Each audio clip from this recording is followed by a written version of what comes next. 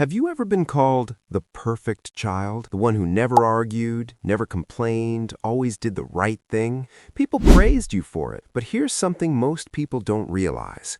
Being the good one can quietly hurt you the most. Because while others were allowed to feel, you were only allowed to behave. If you were the quiet one, the easy one, the one who didn't cause problems, this is about you. You probably learned something very early in life, that love isn't just given, it's earned. You earn it by being helpful, by being calm, by being perfect. And slowly, without noticing, you start hiding parts of yourself. Here's the first truth. You didn't become good, you became careful. Careful with your words, careful with your reactions, careful not to upset anyone. Because deep down, you felt like one mistake could change everything. So instead of being yourself, you started editing yourself. And this leads to something important.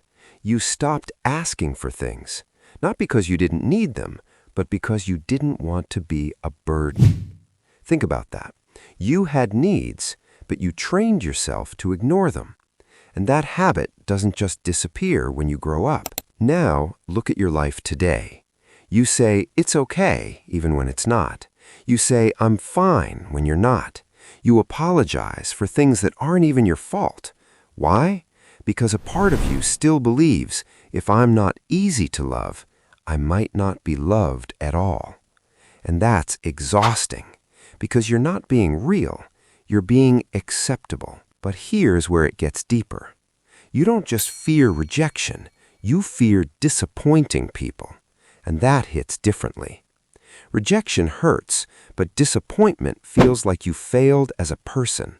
So you overthink everything, every message, every tone, every reaction.